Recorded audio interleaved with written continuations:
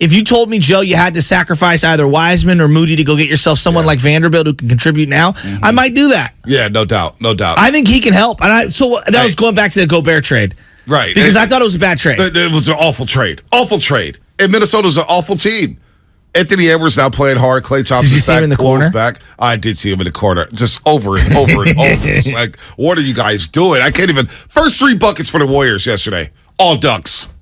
All Ducks. About time. How about that Draymond corner 3? He did that now in 2 straight games. I know. How about that? Draymond Green's playing He's some shooting almost 50% from 3. You know that? He's playing some unbelievable I think it's something like 12 for 26 or something. He's playing something close to that. He's playing some unbelievable basketball. Kuminga's now in the rotation. I know. And Kuminga's starting to carve out a role for himself. JaMychal Green at the small ball 5. I'm not mad at that. Not mad at that at all. Hopefully everybody ate a lot of turkey. But we're talking football here. You brought up the Cowboys and Giants. And this is why I will not thumb my nose at a 13-0 win yesterday. What's that? Yesterday, this whole weekend of the NFL was trap weekend. It was a trap weekend for a lot of teams. It's called survive and move on. Survive and move on. Washington holding off for dear life against the Falcons. Yes. Falcons got first and goal inside their 5-yard line. They come up with an interception. Whew, you breathe easy. You advance to 7-5. Dallas was losing at the half to the New York Giants 13-7. Minnesota fighting life and death with the Patriots, just trying to find a way to win the game. What about the Buffalo Bills? Detroit gave them everything they could possibly handle. For Detroit I was so too. hard. Dan Campbell and company, Jared Goff. Those all grays are so sweet. They were sick. But Buffalo just finding a way to get a damn win. Tennessee Titans played a Cincinnati team that was banged up. No Joe Mixon, no Jamar Chase. What happened? Cincinnati upsets them in Nashville, Tennessee. You can't get slept on. How about Baltimore going to Jacksonville? I go down the league. It was a trap weekend in the NFL, and the Niners survived the trap. On a short week, coming from Mexico. And so to me, one of the things that I'm looking at, and huge win. To me, it was a huge win because not only does Seattle lose and you gain number 1 spot in the division. They fell for the trap against the Raiders at home, coming off a bye. A horrible loss for them. It gives you a little cushion here. And then this is where I'm going at with this, and follow me along this path. Everybody's losing their minds on Jimmy Garoppolo. I thought he did what he needed to do. It wasn't pretty. Those are the kind of wins, gritty, tough kind of wins that you have to have on the schedule at certain spots. Good teams find a way. Exactly. His health is the number 1 concern. I want to see what's going on with the knee today because the way it got wrapped up, the way he was walking around on the field, the camera didn't show over, but it looked to me like he was limping at times on the field. I'm very worried about the knee. And I was saying this to Joe Spadoni. I don't want to get too ahead of myself, but if they have to sit Jimmy this weekend and you sacrifice a game against the Miami, it's not the worst thing in the world. Beating the Saints, an NFC opponent, is more beneficial. Getting ready for Tampa Bay and Seattle is more beneficial than worrying about this AFC matchup, which is sexy on paper, but it doesn't mean anything. Jimmy Garoppolo took too many hits yesterday, and I'm happy they won the game. Right. I don't care what it looked like. Nick Bosa's got a Defensive Player of the Year candidacy going right now. DeMeco Ryans is putting together an all-time season as a defensive coordinator with a bunch of no-namers outside of Fred Warner, Hufanga, and Bosa. I mean, win and move on. It was a nice win. It was a very nice win. You're all alone in first place at 7-4. Seattle loses. They're 6-5. That showdown a few weeks from now on Thursday Night Football is going to be huge. It's everything. No, to me, that's everything. That's a big game. Oh, these other 2 games, not to diminish them, they're meaningful. You want to win but that Tampa game, Bay. winning the division is the most important thing right now. You don't want to lose 2 straight games. No. Though. You don't want to do that. Do you want to lose to Miami? No. I can hear you on sitting Jimmy. I can hear that. Well, I just hope his knee's okay. I'm getting ahead of myself. If the knee wasn't right, he would have been pulled. He also is playing for a lot of money. The right? adrenaline is flowing. He's trying to show some toughness. I saw him jogging up and down the sideline. He took too many hits. It didn't look good. It didn't look good yesterday. got to step up. The O-line was they were getting suffocated. Niners couldn't run the ball. They couldn't do much out there. You just had to find a way to win the game against a tough Saints team. 28 passes in the first half. I know. I was surprised. Now I think it got a little diluted because they got the ball back at the end of 2 minute. They were able to throw the ball. He kept finding Jennings and kept looking for Jennings. I thought had a really nice game. But I liked that Jimmy Garoppolo was opening up because the run game wasn't there, and then Elijah Mitchell hurts his knee. That's not good. Well, like the Arizona game in Mexico City, the Niners threw the ball 21 times in the first half. Sometimes you got to throw the ball to loosen up loosen up the box and loosen up the defense, and then you get the run in the second half. Well, the Niners couldn't do either. You know what I'm saying? The Saints were all over that run game. They watched the film against Arizona. They said, damn, Elijah Mitchell, Christian McCaffrey, Deebo Samuel, these guys were running the ball down their throats. So they had an effort. They had a concerted effort to shut down the run, and they did that yesterday. I thought they did a good job taking away Christian McCaffrey on the underneath stuff, too. And they played against Christian McCaffrey over and over, That's twice a year for the last 4 or 5 years. So they know what time it is with Christian McCaffrey. They know his weaknesses. They know his strengths.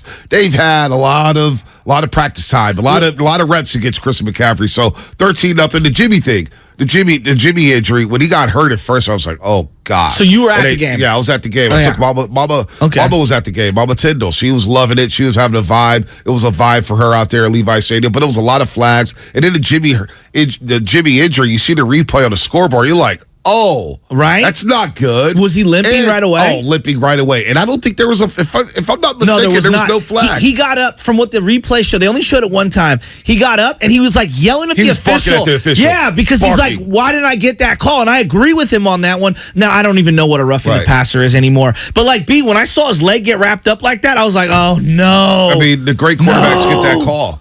Great quarterbacks get that call. So, like, I'm watching him limp around, yell at the referee, and I'm like, damn, they didn't even throw a flag in a game that felt like there was numerous flags. I don't even know the flag totals yet, but like it was a flag fest every other play. It felt like. Well, he got one. He got one on a couple other plays. He got one on obviously the pick that he threw, and then he got which was illegal contact. Yeah, they got the illegal contact, and then he got another roughing the penalty on underneath throw on third down, which extended the first down drive because they threw short of the sticks to Jennings or whatever, and he got that. He got crunched way too many times. This was the first time in about a month where I felt like the offensive line got suffocated, and Jimmy didn't have time to throw. Well, so I know the performance of Jimmy, people are going to nitpick. I thought Jimmy was super tough, and he hung in there, and I thought the O-line's got to step up. They do have to step up, especially over the next 2 weeks, because the offense defense is flying around. Yes. They're hitting people. They make the addition for Bradley Chubb to shore up their defense. They have great secondary players. They're going to be flying around, and we know about their offense. Tampa Bay, physical in the box, physical defense. Although they lost yesterday to Cleveland, they're going to become ready to hit. You just can't run the ball down their throats. So the health of Jimmy, and I hear you on sitting Jimmy because I understand the logistics of this whole situation. Just if it's really severe. If it is severe. Now, if it's severe, we're talking more than 1 week. We're talking a couple weeks because the knee sprain just doesn't go away. However, he was able to tough it out. Let's see how he moves during the week. Let's see if it stiffens up. Elijah Mitchell, that may be the bigger concern for me right now because it sprays his MCL. He's out for a couple weeks now. And it's another knee. It's not the same knee he had the MCL sprayed on earlier this season. I mean, my God, and Jordan Mason. And not just him. CMC was hurt too. CMC was hurt for a little bit. He was banged up. He hurt underneath his knee, his left knee or whatever it was. He had like that rubber band thing that Clay's got, but it would look a little thicker. And he kept working it, and they were like, oh, Jordan Mason's getting in there. And then out of nowhere on a third down, he comes in pass protection. And I'm saying, well, is he hurt? Was that a decoy? What's going on here? I just look. It's a big win for them, and that's why I think it's given them a little cushion. If there are some injuries that they have to nurse, we'll figure it out as time goes on. But I thought it was a must-have kind of a game. And I know everybody is, going crazy over Jeff Wilson Jr. and trading him for a fifth-round pick. I'm not losing my mind. But you know what? Players around the league see what happened there in that situation. Jeff Wilson Jr. asked for a trade. The Niners did him a solid. They say, you know what? You've been a good 49er. We'll trade you. Let's call Miami. Let's make the move happen. I think that you earn a lot of equity with that, with a type of move like that. They have already invested multiple players, a pick, one of them being Davis Price, and they have Jordan Mason, who they've kept on the roster all year. They've got other running backs. This thing that Jeff Wilson Jr. is irreplaceable as your third back is kind of, I think, to me, it's a false anger. I'm fine with the 49ers decision. I get some, I don't get the anger. Well, I do get the anger, and I get the concern over Jeff Wilson Jr. because, as I just mentioned, Elijah Mitchell could be out for weeks. Is Jordan Mason ready to run the ball against defenses like Seattle, Tampa, Miami? Is Ty Davis Price ready to roll? And by giving Jeff Wilson Jr. to the Miami Dolphins, Now the Dolphins come in. Mostert didn't play yesterday. No. He was out. He had a big 0. Yeah. He may be out next week. Yeah. After talking all that talk, we'll get to that later in the week. He was talking a lot, and he went out and tweeted yesterday saying, I was not throwing shade. The quotes are the quotes. The quotes are the quotes, dude. You know what time it is. Now you're going to talk to the writer. You know what you were saying. Yeah. You know exactly what you were doing because you held out. You held out a Kent. We don't forget, Mostert. But he may not play next week, so, damn, you're like, all right, if you didn't trade Jeff Wilson Jr., Miami would have no running back. Maybe they're rolling with Chase Edmonds again, and we all know Chase Edmonds from his Arizona days. So it's an unfortunate situation. You can't predict injuries. Elijah Mitchell was running the ball hard. That's the one thing that could derail this entire season is the injuries. Yeah, I thought he looked great, quite honestly. As a change of pace with Christian McCaffrey, I thought he was an absolutely perfect fit. And they had a couple of big Debo runs that were called back because of holds. One, where Debo was lined up as the single back, they went off to the right, and it was like, boom, big hold. It was like, that was like a makeup call. It was like a 25-yard gain. So it was 13 penalties that was enforced yesterday, and it felt like there was about 30 penalties that was enforced. There was at least 3 offsetting penalties. 3 offsetting penalties. It was a flag every other play. But you know what? One thing you can't knock is the 49ers defense. No. You can't knock this defense. And it was very physical. I thought the Bosa late hit was a crap call on Taysom Hill on the 4th down, although they did get called for holding. It's a bang-bang play. He's a runner. Hey, you know what I'm saying? I didn't know about even that. Even the Diamonor-Lenore pass interference on the one deep down the sidelines, which was offset, I thought he played pretty good defense. I thought it was solid defense. But then again, I thought it was a catch for Olave. In the first half. Yes, I thought that was a catch. I was shocked that was overturned. Right. Shocked. Like, hey, Olave's a nice player, but it's all about this defense this morning. This defense is playing at a level, like, I heard you talking to Spinoni whether or not it's the best defense. I don't even know. I'm not going to go there yet. But this defense plays well on all 3 levels. They communicate. They hit. Alvin Kamara pulled a Dalvin Cook in 2019 in the divisional round where I'm done with this game. He fumbled on the first possession. He wasn't the same since. No, and then got packed right there at the 2-yard line. Ball goes flying in the air. He was getting hit like a rag doll. I've never seen a ball do that there at that spot. He got hit by Fred Warner after catching one of those passes. Oh, yeah. It was a helmet shot. Yes. And even my mom said, oh, boy, damn, that's a hit. Fred Warner had a great game. Fred Warner's having a great season. I agree with that. Drake Greenlaw. After week 1 against Chicago, Drake Greenlaw's flying around popping people. He's had some reckless moments. That's but okay, all in all, I think he's a fringe Pro Bowl player type this year. You know what?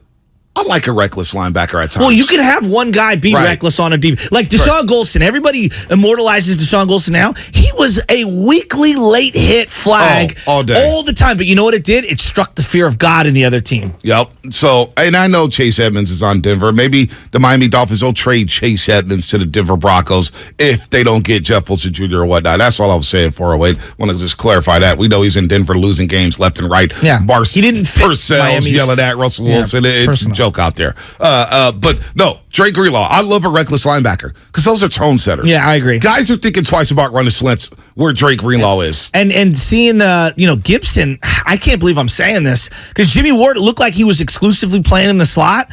Is Gibson playing pretty good safety right now? I mean, he's playing well. For a guy that I had 0 expectations on, it feels like I'm barely calling his name week to week. He's playing well because Hufanga's cleaning a lot of things up. Hufanga's playing at an all-pro level. Bosa's playing at an all-pro level. Fred Warner's playing at an all-pro level. Drake Greenlaw's flying around hitting people. You don't miss Eric Armstead and Javon Kinlaw right now. This defense is humming. 4 straight second-half shutouts. Yeah. Nobody scored against the Niners in 6 quarters. I mean, it's pretty damn impressive. Last time the Saints were shut out was what? By the Niners in 2002? I mean, it's been 20 years. It's hard to shut a team out in the modern NFL. It's hard. It's really hard. I mean, it just is. They missed a field goal, obviously. They had opportunities. I go back to this defense, and I keep saying to myself, no Armstead, and you can't just gloss over that. I mean, Armstead's one of their highest paid players on the team. All right? No Javon Kinlaw heading into this season. Nope. Didn't we think that Javon Kinlaw will be a massive part of this defense? Absolutely. He hasn't. Jimmy Ward hasn't really played the position we thought he was the best at really all year. Hasn't been on the field, really. Okay. They lose Emmanuel Mosley for the year. Have they really picked on the opposite corner of Charvarius Ward? Not really. Which is surprising. Not really. I think that's a testament to the guy stepping up. Diamonor-Lenore's done a pretty good job. Play some good football. Charvarius Ward signing looks like a fantastic signing right now. Like, he looks really good, okay? Nick Bosa, Depoy, I mean, I think he's in the mix. They'll get tested next week. They'll get tested No next week. doubt. No I mean, doubt. you're talking about the most prolific Right. 2 wide receivers in the league. They're both going to go for like 1,500 yards. Jalen Waddle and Tyreek Hill. Yeah, it's going to be a very good test. But can Tua withstand the pressure that is coming from that front four? They haven't seen a front four like this. Well, nor have they seen linebackers like this. And Armstead, I believe, Terran Armstead for the Miami Dolphins left tackle has a pec injury. Didn't know if I'm that. not mistaken. Yeah, didn't know that. There could be a situation there with the Miami Dolphins. 888-957-9570. It's a huge win, though. It's a huge win. You're in first place, 49er fans. You're in first place. How do you feel? Jimmy Garoppolo, I apologize. Will you accept it? 7-4. Did you see the stat they threw out during the game? I saw it. 40-19. Well, now it's 41-19. 41-19. Yeah, better than Steve Young to start off his career. Boy, it was like I know that they have to do that, and it's catnip for the internet. It was Armageddon on the timeline yesterday. Why? I wasn't on the was timeline. scrolling. What did it say? It's just, the usual. The usual. So both ends of the spectrum. Both He's ends the of the greatest spectrum. who ever lived. No gray area. Yeah. No gray area. Not good enough to win. This won't do it in the playoffs. There is a reporter who's ready to literally put a carpet down on every step that he walks. Oh, my gosh. Who needs to legitimately figure out that if you're in journalism, you have to be a journalist. All right? Or if you're going to do propaganda and write an autobiography on someone, then just do that. This segment I mean, was brought dear to you God, by David Lombardi.